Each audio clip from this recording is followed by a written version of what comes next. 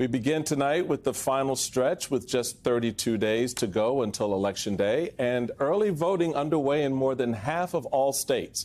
We are seeing a remarkable contrast between the two candidates and their coalitions. On one side, you have Vice President Kamala Harris, who today made multiple stops across the key battleground state of Michigan. Just moments ago, the vice president finished up a rally in the city of Flint where she spoke about unions, touted today's strong jobs report, and slammed her opponent's record on manufacturing jobs. Donald Trump makes big promises, and he always fails to deliver. He said he was the only one who could bring back America's manufacturing jobs. Remember that? And then America lost nearly 200,000 manufacturing jobs when he was president, making Donald Trump one of the biggest losers of manufacturing jobs in American history.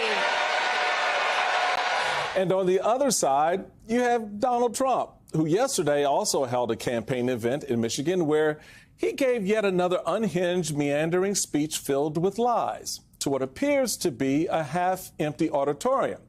Now, this is a video of that event space posted by a reporter, just as Trump was taking the stage.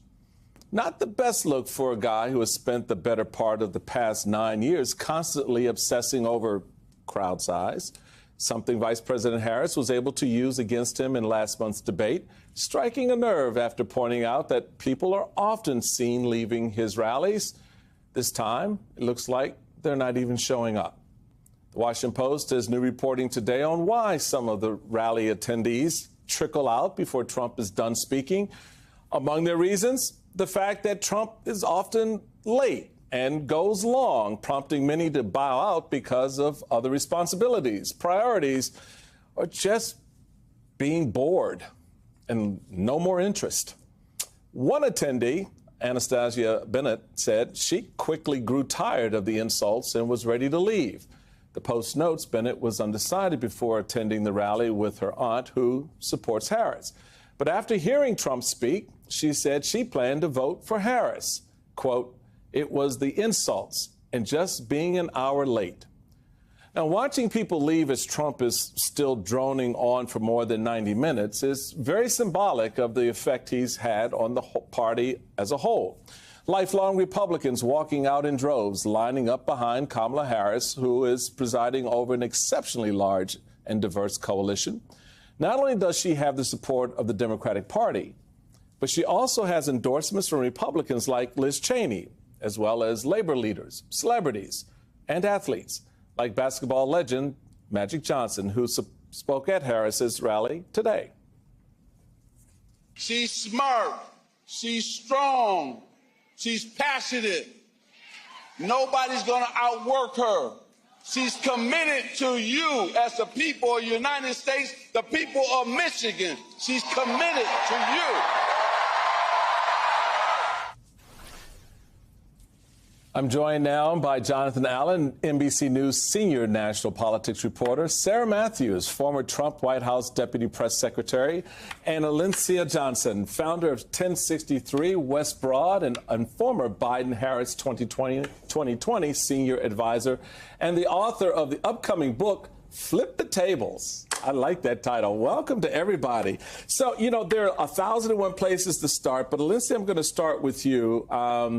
In this coalition building aspect of what we're seeing the vice president do, and really, I mean, in 75 days out of the 107 that she has to do this campaign, she's been able to amass an incredible array of support, but most importantly from folks like Liz and Dick Cheney and a whole group of Republicans.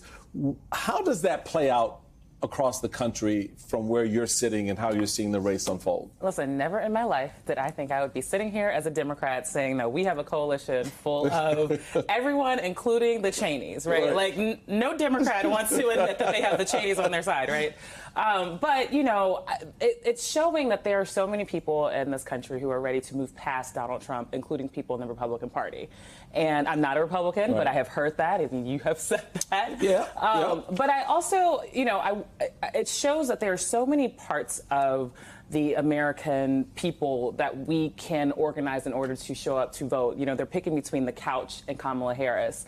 I will say, I think it is important for Democrats to not solely focus on just the Republicans who don't want to vote for Kamala Harris, and that's why they're building with, you know, coalitions of black folks, coalitions of young people, of, you know, hopefully getting the undecided voters. But I do think this is showing people that there is this desire to not only move past him, but put this country over the partisan politics, because it's more than Donald Trump that people want to get rid of. It is this nastiness that is in our politics that, you know, it's part of the reason why some people think they enjoy Tim Walz on the debate, because they saw this way to have civility with someone you not only disagree with, but somebody who's lying with a smile. But you saw a bit of the civility to talk across the aisle and discuss the issues without all of these insults that, you know, you were just showing that voter was tired of Donald Trump doing. I thought that insult aspect from that one person, Ms. Bennett, who was at the rallies, Sarah, and was just turned off by that. And listening to what she was saying, I couldn't help but think about all the things that have led up to this point, and particularly focusing on Dick Cheney and the fact that he is not on that stage with Donald Trump because of a lot of the things that Donald Trump wanted him to do, and then just turning on him the way he did. I took note of the fact that Liz Cheney at her endorsement rally with the Vice President had this to say about Mike Pence yesterday. Let's take a quick listen. Our institutions also held because of Vice President Mike Pence, who refused to violate his oath to the Constitution. And that is why Mike Pence is not Donald Trump's running mate today. I mean, to Alencia's point about the Cheneys, I mean, to hear Democrats in a hall applauding Mike Pence, I mean, really speaks to the time, because and you're very much involved in this space.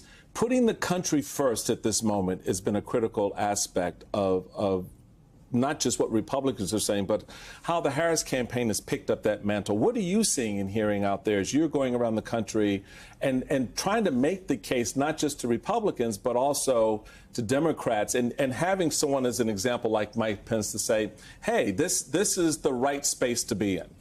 Yeah, I think our country owes, obviously, a lot of gratitude to Mike Pence for the courage that it took to make that decision on January 6th and to break with Donald Trump. Obviously, it hurt him career-wise. He had aspirations to be president one day. That's likely never going to happen, at least in today's Republican Party. And same goes for Liz Cheney. I mean, she is truly a patriot. She understands what it means to put country first, and there should be a line of men behind her who should be out there doing the same and sounding the alarm about Donald Trump, because I know full and well that all of these Republican elected officials know that what she's saying is true, but they don't have the courage to stand up there and do it, and she has more courage than all of them combined in her pinky toe. So I am just honored to know her and call her a mentor, but she is out there making the case because she knows that Kamala Harris and her might disagree on policy, but at the end of the day, what they do agree on is the need to protect democracy. And the stakes are too high in this election, and she knows that she's not going to sit on the sidelines and let Donald Trump waltz back into the Oval Office. And I get a lot of pushback from some Republicans when we say that we're going to set policy aside in this election. I'm a Republican who has endorsed Kamala Harris for president,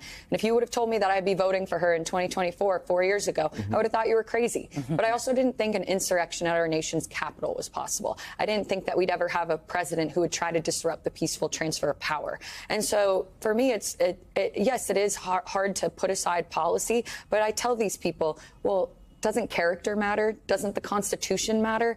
These are things that I want in a leader, someone who will uphold the Constitution and defend it, someone who will be an inspiration to the young children across this country and be a really true leader for them. And Donald Trump has shown us that he is wholly unfit to ever serve office ever again. So speaking of the grind, Jonathan, you're out there grinding on the beat, trying to tap into the movement that is happening, that's coursing between the presidential campaigns, but certainly that folks themselves are sort of focusing on these campaigns the way they have, or at least starting to, as we wound up this the last 30 days. You've got the Harris campaign meeting with a group of Arab Americans in Michigan today. With the before her rally, she wanted to sort of have that conversation with Muslim and Arab American community leaders to talk about